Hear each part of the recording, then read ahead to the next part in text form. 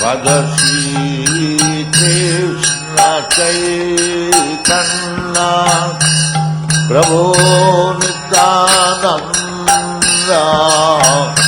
Shri Advaita Gadadhar Srivasadi Gaur Bhakta Vrinda Radhashi Krishna Chaitanya Prabhu Nityananda Shri Advaita. A los 19 años de edad yo comencé a trabajar como profesor de matemáticas en un colegio de educación primaria y educación secundaria. Ahí trabajé como 3 años. Al tercer año, el presidente de México vino aquí de visita a Honduras y yo me filtré y pude darle una carta pidiéndole ayuda a él, por lo cual casi después de un año me contestó diciéndome que me fuera a México porque me había otorgado una beca para estudiar medicina en la Universidad Nacional Autónoma de México.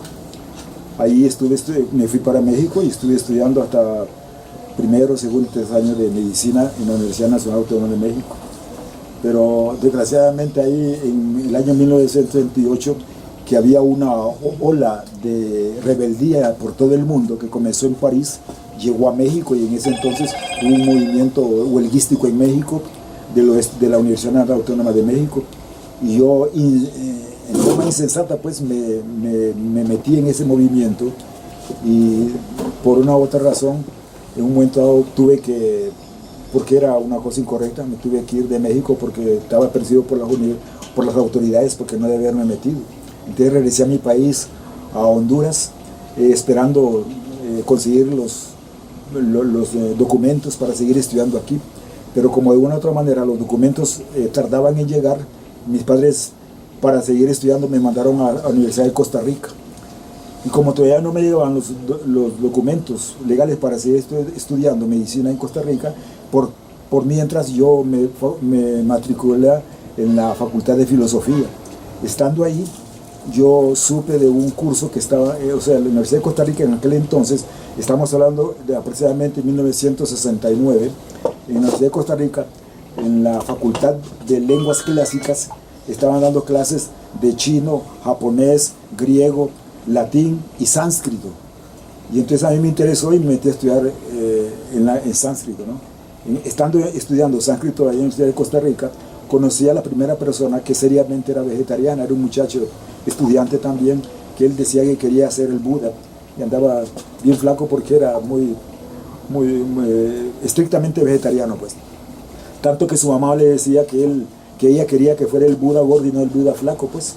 Pero él me inspiró mucho para seguir estudiando sánscrito, pues, y seguí estudiando. En unas vacaciones que yo vine aquí a Honduras, estando en Costa Rica, un amigo mío me dijo, mira, en Guatemala, yo fui a Guatemala y encontré unos tipos bien raros, me dijo, y me dieron este folleto, que fue la primera cosa que yo vi de Krishna, y me gustó, pues, como está estudiando sánscrito, pero volví ese año a Costa Rica, pero ya no quería, ya me interesaba, bueno, y estando en Costa Rica, encontré a uno de los compañeros que había tenido en México y me dijo, ya no hay problema en México, puedes volver a andarte, ya pasó todo, me dijo. Entonces ya con esa idea me regresé a Honduras y ese año dije, pues, me voy a ir para allá para seguir estudiando. Pero como tenía el folleto de los devotos, yo andaba en otras cosas, pues vivía, varios meses vivía en las montañas de México, en el sur de México. Ahí andábamos comiendo hongos, fumando marihuana y hacíamos otras cosas similares. Y cada mes bajábamos a la Ciudad de México, de la Sierra de México, de la Sierra Madre de México, volvíamos a México y nos íbamos 2 o 3 días al templo, porque me gustaba la filosofía, pues. Pero con este amigo mío que yo andaba, la idea de nosotros ya no era ni siquiera quedar en México, sino que la idea era ir a los Estados Unidos como migrante. Y sucedió pues que en una de tantas, a él se le venció la visa. Y como antes era tan más fácil conseguir esa visa, yo le dije, mira, hagamos una cosa, anda a conseguir la visa para que se llegue a los Estados Unidos y mientras tanto yo te voy a esperar aquí en México. Y él me dijo, ¿y dónde me vas a esperar? Pues entonces yo le dije, mira, te voy a esperar en el templo. Yo me metí al templo para esperarte para que sigamos a los Estados Unidos. Y sucedió pues que de una u otra manera él no volvió y yo ya no salí del templo, pues ya me fui quedando por ahí. ¿Se acuerda qué año era más o menos? Pues yo andaba con el pelo largo y todo, y los devotos no me decían pues cortar. Entonces sucedió en una de esas que vino un devoto de California, se llamaba, y él era un devoto americano que iba a Guatemala a comprar mercadería para venderla a los Estados Unidos. Y él supo que había un muchacho que hablaba inglés y que era centroamericano. Entonces él me invitó a acompañarlo a Guatemala para comprar mercadería y volver. Y en el camino pues él supo que yo hablaba inglés y me dijo, ¿y vos hablas inglés? Sí. Pues podrías traducir, me dice. Bueno, entonces volvimos a la Ciudad de México y él estando ahí en México me recomendó con un devoto es uno de los primeros 14 discípulos de Srila Prabhupada. En aquel entonces, yo ahora sé que él tomó sannyasa, él se llamaba Rohini Kumara Maharaj, Rohini Kumara. Y él me recomendó, pues le digo, este muchacho habla inglés, y con Rohini Kumara, que era un devoto americano que había vivido y algunos años en México, y hablaba perfectamente español. Entonces comenzamos así, en forma de prueba, pues a hacer algunas traducciones. Pero sucedió que en el Templo de México de aquel entonces había una completa indisciplina, ya completamente desordenado, pues, porque prácticamente se había iniciado en México, pero no había ninguna disciplina, pues. Entonces, en ese entonces, llegó, estando en esa situación, llegó por primera vez en México un enviado directamente de Srila Prabhupada para hacerse cargo del movimiento en Latinoamérica. Ese devoto era su santidad Hridayaranda Maharaj, un devoto que llegó, vio el desorden que había en el Templo de México y entonces comenzó a poner orden, y fíjate, a poner todos los programas, porque ni siquiera los programas se seguían en el Templo de México. En ese entonces el Templo de México de hecho era una cueva de hippies, así era realmente. Y entonces, pero él llegó y puso orden, ¿no? Y al poner orden, muchos de los devotos, devotos que estaban ahí, que solo estaban ahí pernoctando, comenzaron a salir y quedamos muy pocos devotos en el Templo de México. Entonces Hridayaranda Maharaj, para llenar esas vacantes, comenzó a traer devotos de Puerto Rico, trajo de Venezuela, otros devotos así. Entonces ocurrió de que las gentes que estaban en el Templo de México, que estaban solo pernoctando, se sintieron mal, pues, y entonces conspiraron pues para echarnos a la migración mexicana para que nos sacara a todos, pues, porque era gente que no estaba. Y eso sucedió pues de que en un momento dado llegó la migración mexicana y cerró el templo, pues, y prácticamente con la idea de expulsar a todos los devotos que habían. Pero por la misericordia que en ese entonces yo pude salirme antes de que llegara la migración y llegó el templo.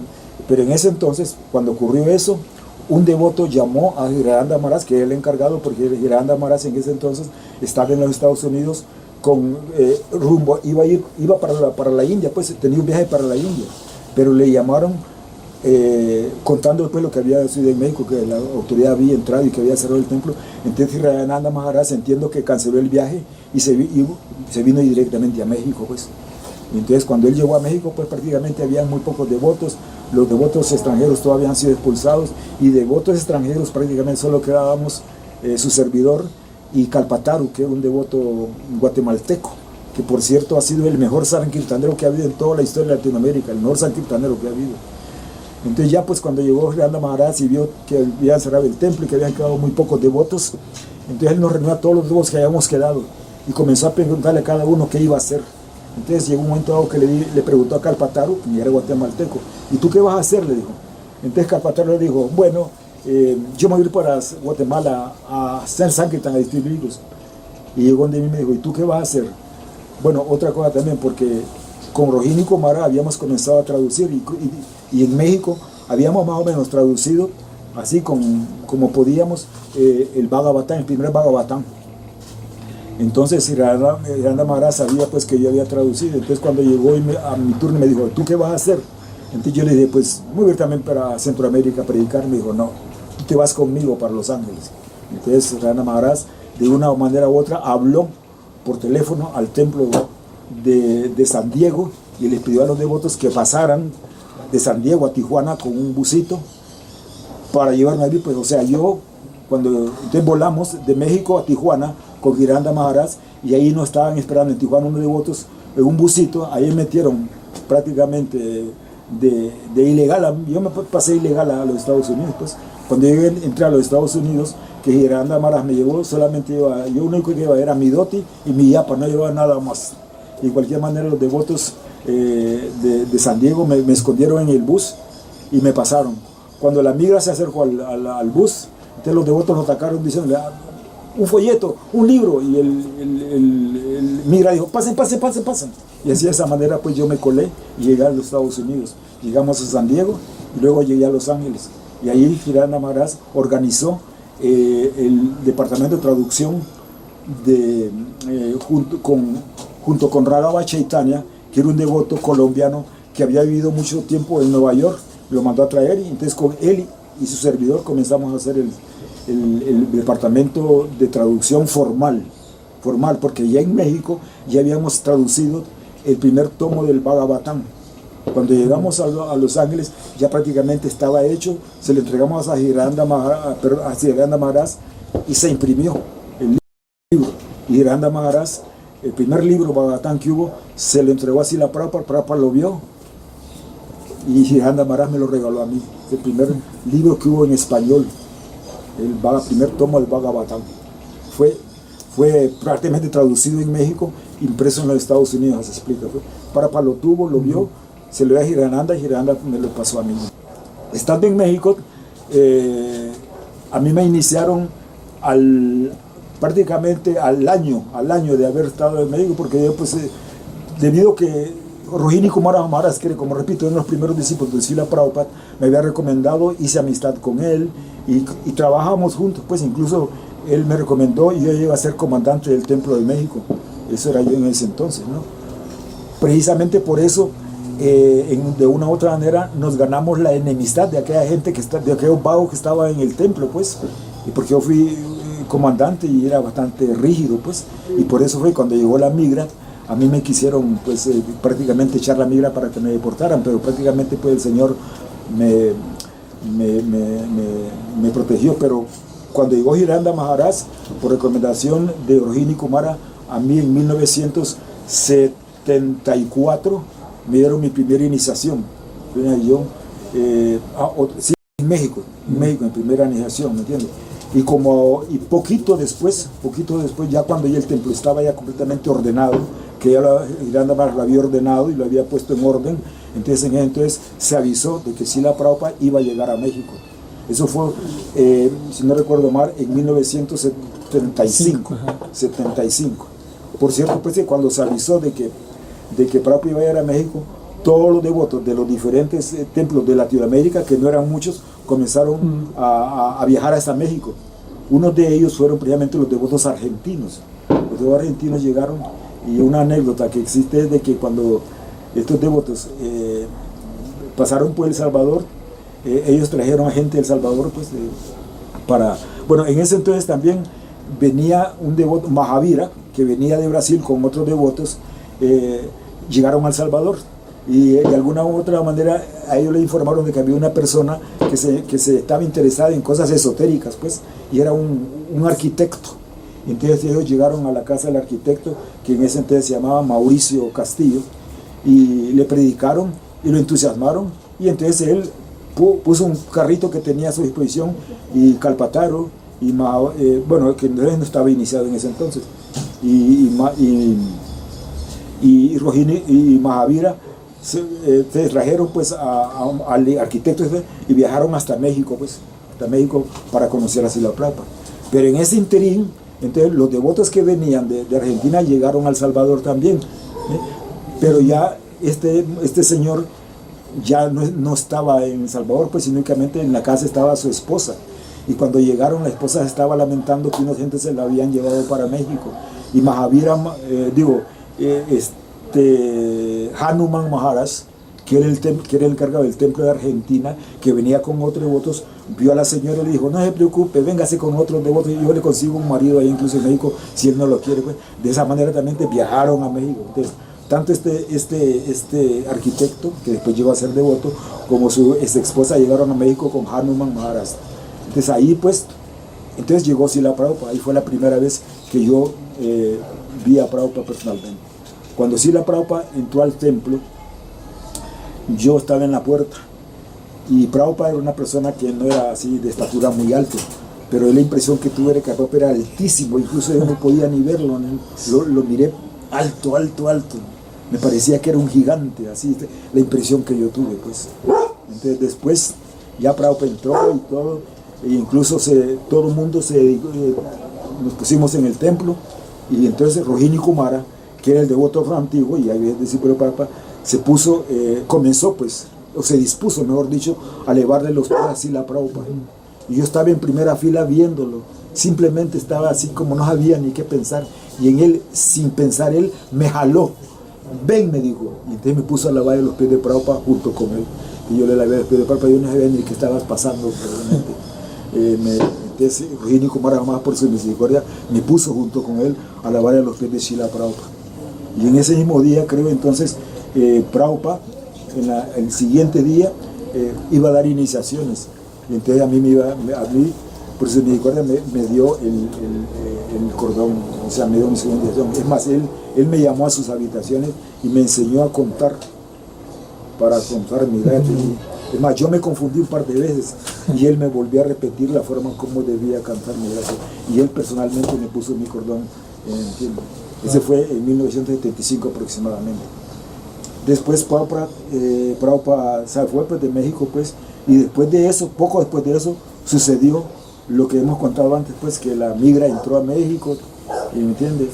Y entonces sucedió lo que anteriormente había dicho. Entonces, de cualquier manera, pues una vez que llegué a San Diego, de ahí nos trasladamos a Los Ángeles, y como repito, Hirananda Maharaj organizó el BBT español junto con Radhava Chaitanya. Entonces ahí comenzamos a trabajar en el Bhagavad Gita, que no había, cuando yo llegué a México la primera vez como devoto, cuando yo me uní al movimiento, no había un tan solo libro. Lo único que había eran folletos, y folletos mal traducidos. Y ya cuando yo comencé a interesarme más en la filosofía, yo entre mi corazón, nunca se lo dijo a nadie, ¿no? Pero en mi corazón yo dije, tal vez alguna vez se pueden traducir estos libros al español, porque estas traducciones están malas, pues folletitos había nomás, no había ni un tan solo libro, ni pequeño. Pues Dios, la misericordia de Krishna me permitió pues que una vez llegando, como repito, a Los Ángeles, Hirananda Maharaj organizó el equipo de traducción en español. En ese entonces, incluso vale la pena decir también, él mandó a traer a devotos brasileños y organizó el BBT portugués. Entonces en ese entonces comenzó a trabajar el BBT portugués y el BBT español. Sucedió una cosa, que en ese entonces, cuando apenas comenzaba la organización del BBT español y portugués, Prabhupada llegó a Los Ángeles, ¿no? Y Prabhupada vino a reclamar que si habían producido el Chaitanya Charitamrita, del cual Prabhupada había entregado el trabajo para producirlo, pues para publicarlo, creo que como unos 6 o más meses antes, para que lo publicaran, ¿no? El Chaitanya Charitamrita.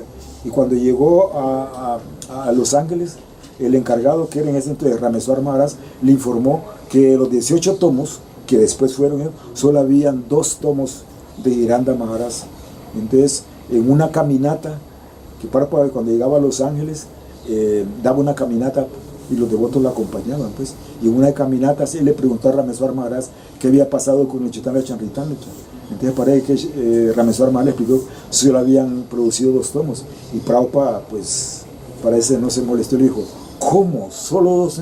Entonces le dijo, no, pues, algo dijo así, pues deben producir eso en los próximos 2 meses, estar completamente traducido. Y entonces parece, así me contaron a mí, Rameswar Maharaj le dijo, Prabhupada, pero es imposible. Y Prabhupada le dijo, imposible solamente existe en la boca de los tontos. Y entonces cuando Rameswar Maharaj regresó de la caminata, fue una locura, completamente comenzó a organizar a todo mundo para producir en 2 meses los 16 tomos que faltaban en Chaitanya Charitamrita.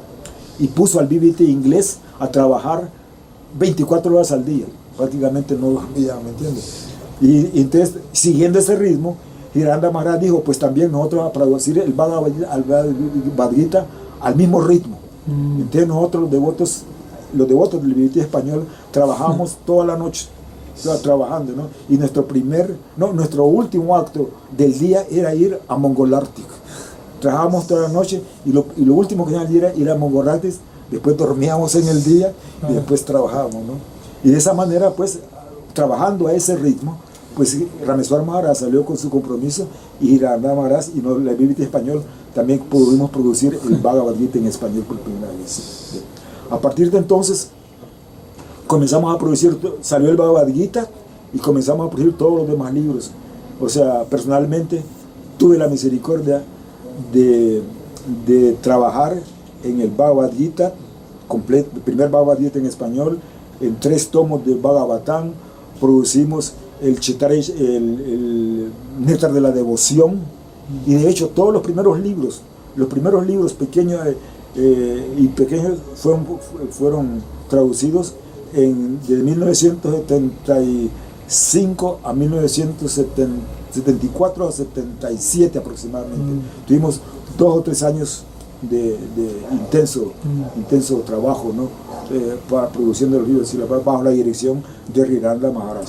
Una vez que hayamos producido todos esos libros, pues no sé por qué razón ya pensamos que habíamos, pues yo quería pues predicar, y yo le expliqué a Maharaj, me dijo, la mejor predica es que estés traduciendo, pero él vio que yo tenía intención de ser predicado, entonces bueno, me dio permiso, ve pues a predicar. Entonces él nos mandó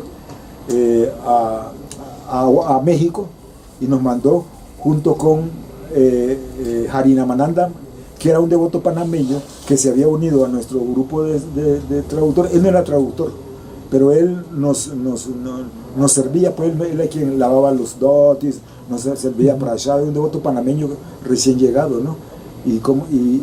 Y también había otro devoto que se unió al equipo de traducción, que era Viprajita, que era un devoto dominicano, también se unió, ¿no? Pero un momento después yo le dije a Maharaj que quería venir a predicar. Entonces, bueno, pues me dio permiso, pues ve con Jayinamla y vayan a predicar a México, ¿me entiendes?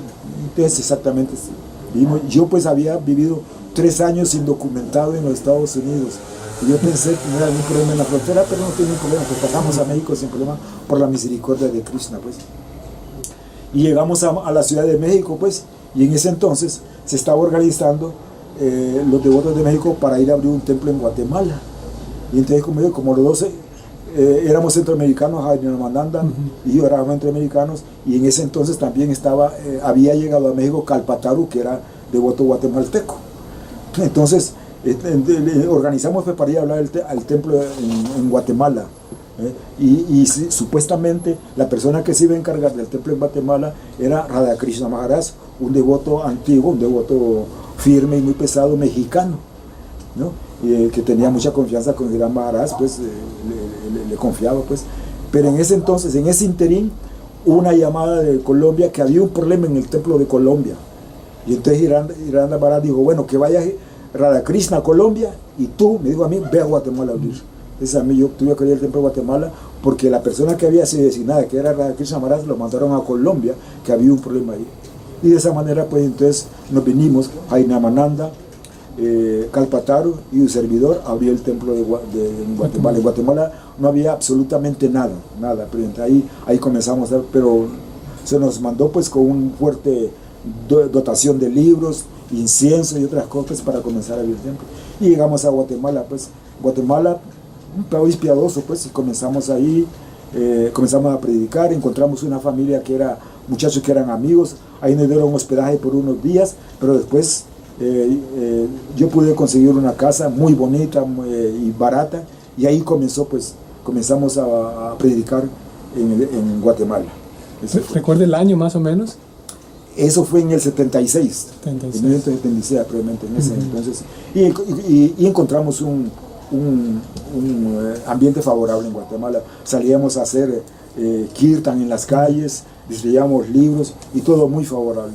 Y Kalpataru, que era guatemalteco, Kalpataru había sido un atleta en Guatemala, incluso había ido a competencias olímpicas porque él era nadador, y estaba muy bien conectado en Guatemala, y a través de él comenzamos a conocer gente que nos ayudó, pues, y se consolidó, pues. Bueno, incluso en ese entonces, estando en Guatemala, conocimos un muchacho, un niño, un tipo de un chavo de 15 años, pues, inteligente, de buena familia, se unió a nosotros, pues, su madre llegaba y este devoto, después yo supe, llegó a ser diputado en la Cámara de Diputados en Guatemala.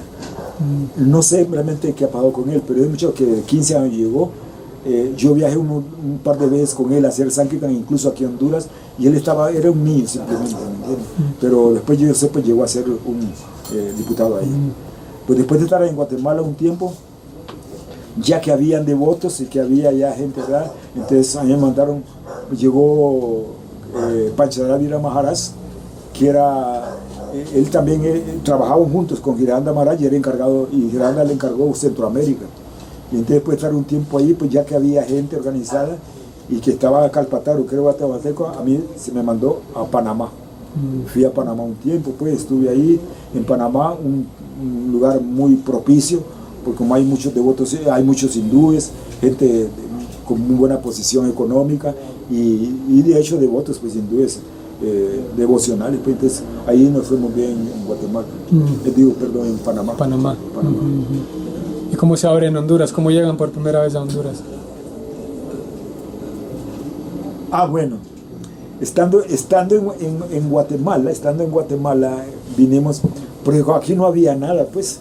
Entonces yo le dije un día, pues vamos a ir me traje a todos los de Guatemala y yo, vamos a Honduras, porque aquí no había absolutamente nada. Entonces vinimos aquí, pues, y conocimos una persona que era conocida, pues, de que andaba en cosas esotéricas, y no sé, incluso entiendo yo que era hasta amigo personal de Samael Anwar y andaba en esas cosas, ¿no? Que era un señor que ya falleció. Una persona aquí de mucho prestigio, el doctor Efraín Matamoros, un señor que tenía una óptica aquí, y era una persona muy reconocida en la sociedad, pues, y él, pero era bastante materialista el tipo, pero de cualquier manera nos invitó a su casa. Él andaba en cosas, como repito, esotéricas y cosas así, y tenía una buena posición económica, y él tenía un auditorio, y entonces nos invitó a dar clases. Bueno, nos encontró en la calle, en el Parque Central de Judíos Vivos, y ya nos comenzó a aplicar. Entonces nos invitó a su casa, estuvimos en su casa un tiempo y hizo propaganda, pues. Entonces en un auditorio que nunca llegó a llegar mucha gente, y ahí yo di las primeras clases, pues, en Honduras. Por cierto, ahí llegó un señor bien interesado, estuvimos platicando, y después yo supe, ¿no?, que ese señor, al llegar a su casa, después de oír la prédica, dijo: en esta casa no se vuelve a comer carne. Hizo vegetariano a toda la gente. Y en el tiempo de vino, que ese señor es el padre de Lokatma Maharaj, quien Lokatma es ahorita el encargado del templo en Honduras. Lokatma llegó a ser con el tiempo el primer devoto aquí en Honduras, iniciado en Honduras, y ha sido el encargado de los templos aquí, sí, hasta hoy, pues. Pero su papá fue el que llegó, y dije, después de una clase que tuvo nosotros, llegó a la casa y dijo: en esta casa no voy a comer carne, y hizo de una, por la buena o por la mala, hizo vegetariana a toda la familia, pues, de su tío. Ahora, una cosa quiere decir también de que después de Guatemala, no, yo pasé al templo de Costa Rica. En Costa Rica ya se había iniciado un templo antes que en Honduras, y lo había iniciado un devoto, Narayan Das, que era un devoto norteamericano que estaba casado con una muchacha costarricense y vino a Costa Rica a abrir el templo. Entonces, después de estar aquí en Panamá, fuimos a estar en Costa Rica. En Costa Rica, un ambiente muy favorable, pues. En Costa Rica se sabe que es el país más educado en Centroamérica, la gente muy tranquila, y da la casualidad que el templo de nosotros quedaba a una cuadra de la universidad. Y como yo había estado en México, entonces me fue muy fácil meterme, y comenzamos con un devoto moreno llamado Pancayánaba, a predicar en la universidad. Pues yo tenía auge en la universidad porque había estado en la universidad. El templo quedaba en San José de... por supuesto, a través de la lectura, uno se da cuenta, cuando uno seriamente mete en la lectura, que esto es lo más importante que hay en la tierra. imagínate que hay en la tierra, como dice alguien por ahí, la religión más antigua del mundo, pero no solamente como religión, sino que, bueno, como yo tenía estudios de medicina, cuando estuve en California, en el departamento de traducción, por primera vez llegó a mí un libro de Ayurveda. Entonces yo comencé a leerlo, y con los estudios que yo tenía de medicina, comencé a ver que el valor de la medicina ayurvédica, ¿no? Y entonces fue una cosa, yo tenía criterio suficiente para calificar todo lo que se me decía en los libros de Ayurveda, ¿no? Entonces, no, pues esto no es una religión, esto no es una creencia, esto es una ciencia. Entonces yo llegué a esa conclusión, es una ciencia, y esto hay que seguirlo estudiando. Y de esa manera comencé a ver pues todos los aspectos que se dan en libros como lo que es pues una ciencia. Y después, últimamente, perdonen que hay un programa en televisión que últimamente ha salido que se llama Los Alienígenas Ancestrales. Y en ese programa hay especulaciones y todo, pero citan mucho a los Vedas, a los libros védicos, al Mahabharata, como cosa que no es religión. Ellos mismos dicen, no son mitos, no son religión, eso es historia, son cosas que han pasado. El Mahabharata no es mito, el Mahabharata es historia. Y a través de ese programa yo he reafirmado pues realmente que ahorita los científicos modernos están estudiando cosas que en los Vedas ya se decían, pues cosas que, o sea, en realidad eso no son mitos, no es religión solamente, es simplemente ciencia, la ciencia material y ciencia espiritual. Entonces eso me ha llegado, y cada vez yo estoy más convencido pues que aquí este es el camino para llegar, este es el camino, ¿no? Y ante todo para mí el ejemplo más ha sido Srila Prabhupada, una persona como él, cómo ha seguido, pues una persona como él, cómo ha seguido, pues, o sea, nosotros no necesitamos otro ejemplo, el ejemplo es Srila Prabhupada. Y cuando nos metemos a otras cosas, a leer por ejemplo la vida de Chaitanya Mahaprabhu, eso no es religión, eso es ciencia, eso es lo más importante que ha habido en este mundo, es lo más importante, ¿no? Y es lo que nos va a dar, claro, nosotros somos gente muy caída, yo probablemente me considero una persona muy caída, una persona que apenas estoy queriendo tocar la uña de un pie de Srila Prabhupada, es lo que me interesaría a mí.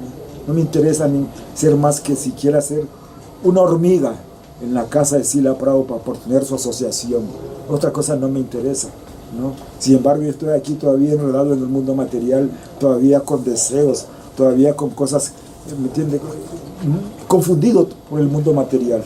Pero sé que aquí está el camino, por muchas razones que se me ha dado, por muchas realizaciones internas, realizaciones que de alguna manera pues superan todas mis mallas, todos mis errores, toda mi ignorancia completa, ¿me entiendes? Yo lo que puedo decir, mire, que se metan, pero que se metan en los libros, ahí está toda la verdad. Por ejemplo, se dice que nosotros vemos, por lo menos que le digo, que el señor Ramachandra, por ejemplo, hace 1 millón de años vino a la tierra. ¿Qué quiere decir eso? Eso contradice todo lo que los arqueólogos modernos dicen. Los arqueólogos modernos dicen que el hombre apareció en la tierra hace 12.000 años, 10.000 años. Y nosotros decimos de que el señor Ramachandra hace 1 millón de años vino a la tierra. Bueno, el señor Ramachandra, de acuerdo al Ramayana, construyó un puente entre la India y Sri Lanka para llegar a combatir al demonio Ravana. ¿Qué sucede? Ahora, a través de satélites, se ha encontrado que ahí en el mar caído hay una especie, algo caído ahí, que existió ahí un puente.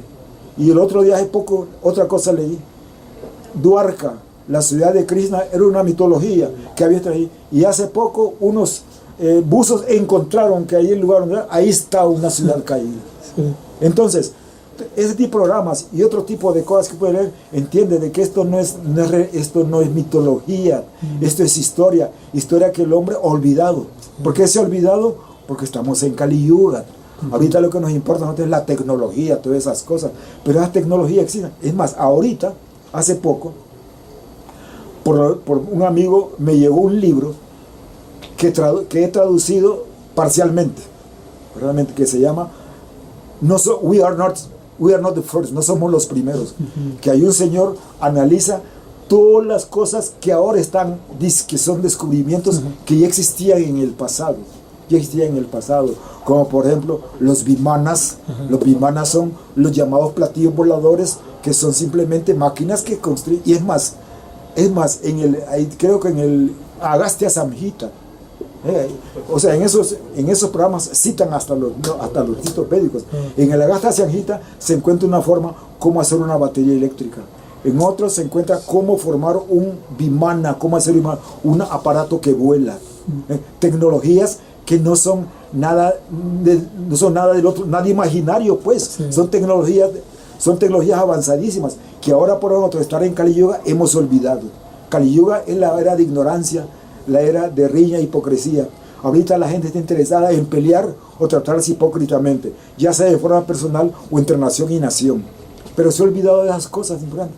Pero cuando nosotros nos metemos en estos libros, vemos la verdad que está aquí y que los descubrimientos modernos, los científicos cada vez nos dan el crédito, pues, el crédito.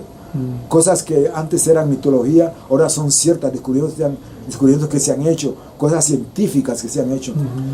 Precisamente ahorita, hablando de lo contemporáneo, la vacuna.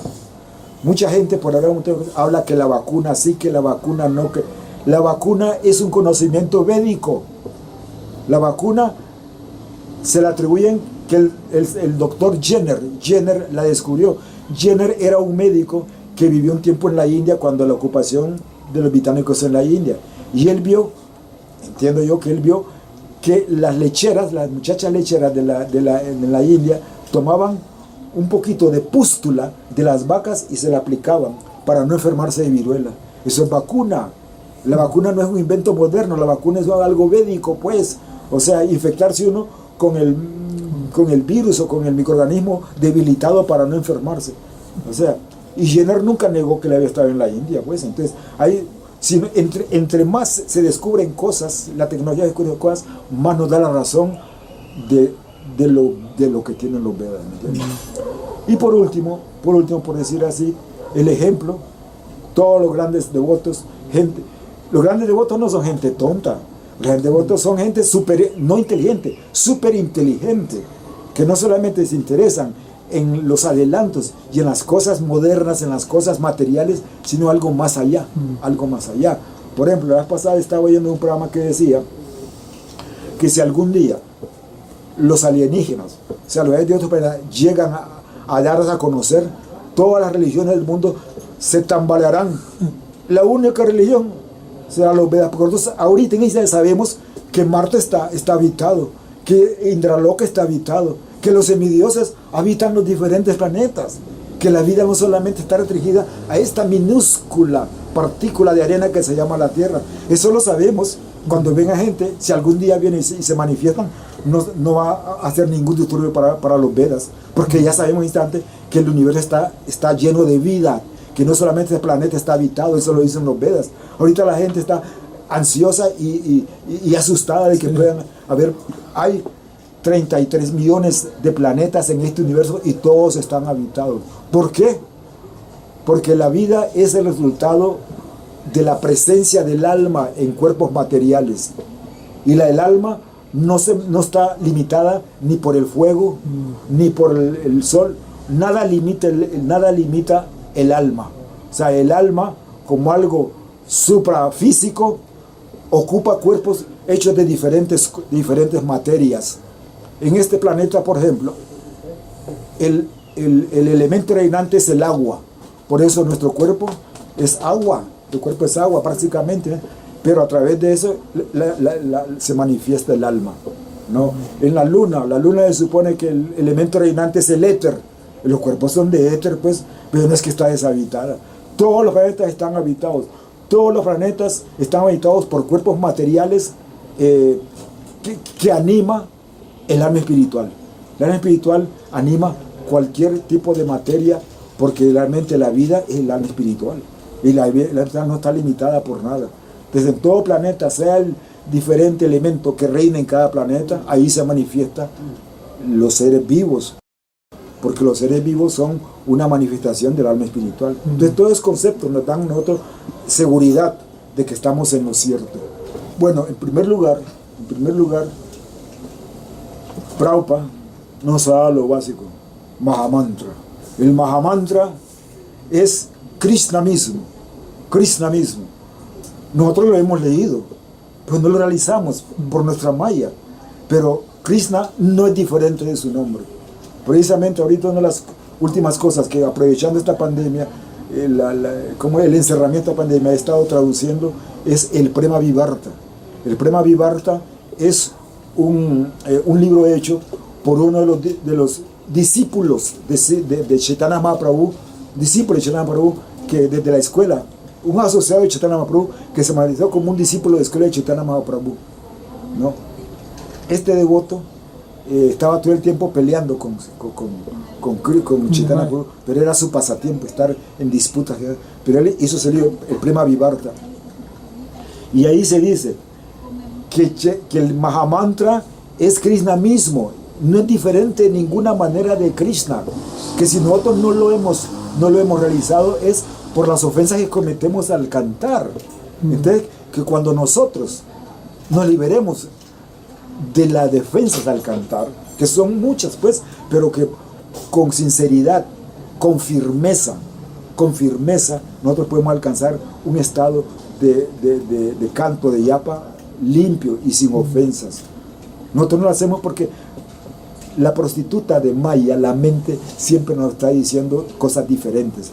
Cuando nosotros superemos la influencia de la mente de Maya, entonces podemos realizar en total que cuando estamos cantando el santo nombre, estamos asociados con la cosa más elevada, más espiritual que existe.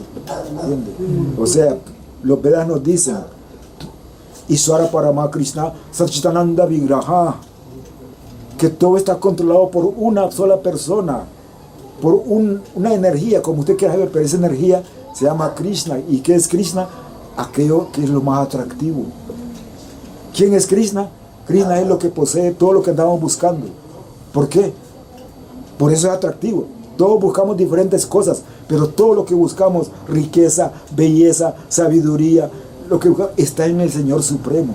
Si no lo entra en nosotros es porque estamos en ella. Pero cuando nosotros entendemos eso a nivel intelectual y cantamos el Mahamantra en forma pura, sin ofensas, podemos llegar a tener contacto. Eso no lo dicen los grandes, no lo dice Chaitanya Mahaprabhu, nos lo dice Srila Prabhupada, nos lo dicen los Vedas. Y si los Vedas están en lo cierto desde el punto de vista científico, ¿por qué iban a estar errados en el punto de vista espiritual? Entonces, mi última recomendación a los devotos nuevos es que, por favor, en primer lugar, cantar Mahamantra con sinceridad, tratando de cantar sin ofensas y meternos en los libros, leer los libros, leerlos con corazón, leerlos, ¿me entiende? Y saber, y de esa manera vamos nosotros poquito a poco. Es más, como dice este devoto del Prema Vivarta, dice, no, el problema es que nosotros no hacemos caso a la voz interior que nos dice eso no está correcto. Pero cuando nosotros demos oído a esa voz interior que es Paramatma, que nos dice esto es correcto, esto no es incorrecto, cuando nosotros obedezcamos esa voz interior, estaremos en la vía correcta. Esa voz interior que siempre no es que no, o sea, si Krishna no nos abandona, está allí y nos dice que esto es correcto y esto no es incorrecto, pero nosotros hacemos oídos sordos a la voz interior que está ahí. Entonces, Krishna está ahí siempre y tratar de oírlo con sinceridad y seguirlo. Este cuerpo es basura, el cuerpo se va a quedar como una cosa engusanada. Lo importante es la voz interior que Paramatma nos está siempre diciendo qué es lo correcto y qué no es incorrecto.